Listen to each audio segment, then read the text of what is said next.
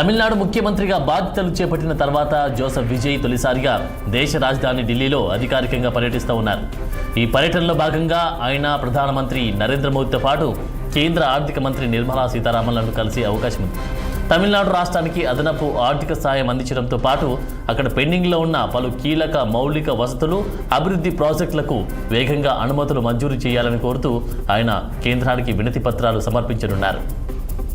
తమిళనాడు ఆర్థిక పురోగభివృద్ధికి అత్యంత కీలకమైన పారిశ్రామిక అభివృద్ధి రంగాలు, సంక్షేమ పథకాలు, కనెక్టివిటీ ప్రాజెక్టులతో పాటు మౌలిక వసతుల విస్తరణకు కేంద్రం నుంచి గట్టి మద్దతు లభించేలా ముఖ్యమంత్రి విజయ్ ఈ పర్యటనలో చొరవ తీసుకున్నారు.